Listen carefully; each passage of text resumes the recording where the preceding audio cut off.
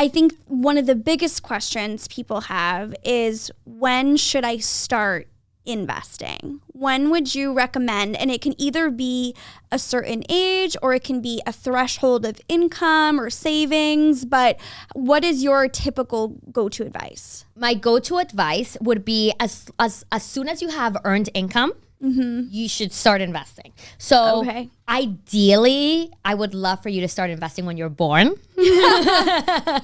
But that's not realistic. Yeah. Most people come to me in their late 20s, early 30s. I've had some people in their 40s come. 40, it's never, at least get started, but you're going to get the most bang for your buck as soon, like even while you're in college, if you're working part-time and you can start investing then, that's going to be even better. So the earlier you can, the better, because you're going to have compound interest on your side and it's just going to be better for you, right? Like as soon as you hear this episode, you should start investing. Okay, perfect. So, but at the end of the day, never too soon, never too late, but the earlier is better. You'll see more benefit in the long run. Absolutely. Okay. And absolutely. Okay. And when it comes to investing in stocks specifically, you hear a lot about S&P 500. I think when you're just beginning to start looking into this, that tends to be the recommendation. Can you explain to everybody what the S&P 500 actually is? Yes. So the S&P 500, a lot of crypto bros will probably tell you it's very boring, but it's not. It's done really well in the past, 100 years. It's a basket of 500 different companies that all in the United States. So companies like Apple, Microsoft, Berkshire Hathaway, Tesla, Johnson & Johnson, JP Morgan, Goldman Sachs, Morgan Stanley, there's 500 different companies in all these different industries that make up the S&P 500. And it's the way that as investors, we track how the stock market is doing. So whenever you hear that word, it's very simple. It's just a basket of 500 different companies, probably companies that you know. And it's a very easy way to kind of get started investing by owning S&P 500. Okay, perfect.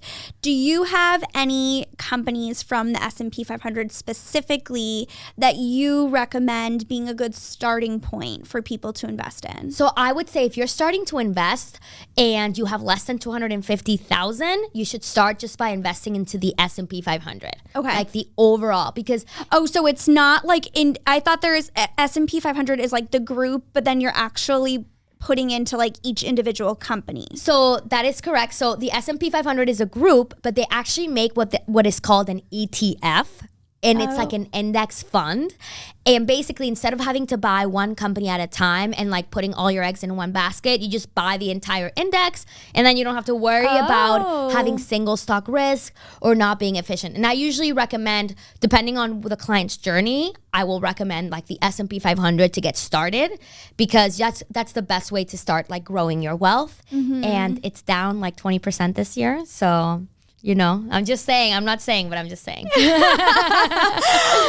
saying it, but I'm not saying it. I love it. It's the best. I always recommend that if you don't know what to buy, which you shouldn't be buying single stocks, even unless you have like less than $1 million, you really shouldn't. You'll do better off just buying the S&P 500 index. You just stick it, like, be very boring. The more boring, the better. Okay, cool.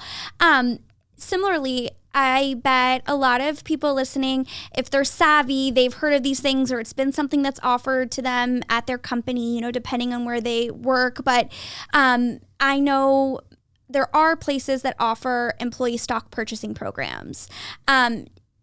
Do you have a blanket piece of advice when it comes to whether or not that's something you should opt into, or does it depend on the company itself? Number one, it definitely depends on the company, right? At the end of the day, you're buying your company at a sale price, but just because it's on sale doesn't mean it's good. So, and I actually have 2 clients and very different industries. And in one hand, I told the client, I'm like, it's better for you not to opt into this because this company, like, it's not profitable. profitable, it's not doing well, you're better off, we're better off just diversifying. And the other client, it was clear that the company was growing really fast. It was profitable. She was happy there, and it made sense. I was a true believer. I think that company is going to take over a substantial piece of the market. And so for her, we're like, you have enough money outside of your company that it's smart for you to just maximize this. Okay. Whereas with that other client, she had a lot less wealth, and so I didn't want her to take that unnecessary risk, especially with not a great company. Okay. Yeah. So now the other question is how much? I think that people are very confused. They finally make the decision like, okay, I'm going to look into this. I think I should do it. It sounds like the right move, but I don't know. Is there an amount that's either too little or too large to start investing with? So I would say I always recommend to start with like $500 a month. Okay. Right? Most people, all financial advisors and planners are going to say it depends. Yeah. And obviously it depends, but I know people want an answer. So I would say at least $500 a month if you can, especially if you live in a city like Boston and you're in an expensive state, right?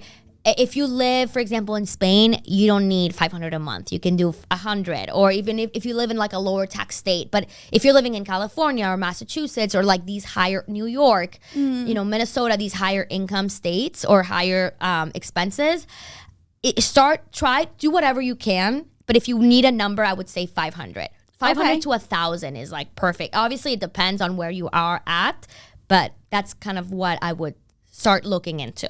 Okay, that's good to know because that seems manageable and doable. I think that some people think, oh, I barely have any money. Why am I going to be taking whatever's left over and investing it? Shouldn't I just be saving it? Because again, kind of what we've been saying, the risk versus reward there. If someone was going back and forth between what do I do with this little leftover income that I have, would you 9 times out of 10 say invest it? 1,000. And I would say when you're young, you're healthier. Most likely you're gonna have less health expenses. When you start to get into like your late 30s, early 40s, you start to have maybe more complexities, kids. You're gonna have probably more health expenses. Just everything becomes more expensive, and when you're young you can be frugal and not be weird. Right? And like and so it's a lot easier to save that kind of money when you're young. Like some financial planners will say no, you can invest more later on when you make more money, but I found that people just have way more expenses later on in life, and children are pretty expensive, and most parents are gonna do as much as they can for their kids. So if you have $100 left over, put that start investing that as early as you can. That's a good point. I know you don't like to use the budgeting word, but also too, if it's like already baked into your budget or your forecasting, it's not like, oh man, now I am losing out on that. It was already always going away, rather than trying to like fix it or sort it out down the road. You just throw it right in there. Exactly. And I always say the first thing, as soon as you get paid, don't even let your money sit there. As soon as when I get paid, it's dangerous. I'm not, because I'm a business owner, I'm a little bit different, but as soon as someone pays me, like a client, I put 20% for taxes, because obviously when you're a business owner, you have to pay estimated taxes. But then I put 10% of everything that a client pays me into the stock market for investing. And then if I can do more later on, I'm like, yep, I give myself a bonus and I put even more money. But I'm always trying to like maximize as much as I can. Yeah. And I feel like my clients are getting at that point where they're like, Silvia, can I give you more money to invest? That must be such a proud mama moment for you. And now they're like obsessed with it. They're like, I don't like having my cash. I'm like, please keep some cash. Like, they're don't invest all of it. Good learners. I love it.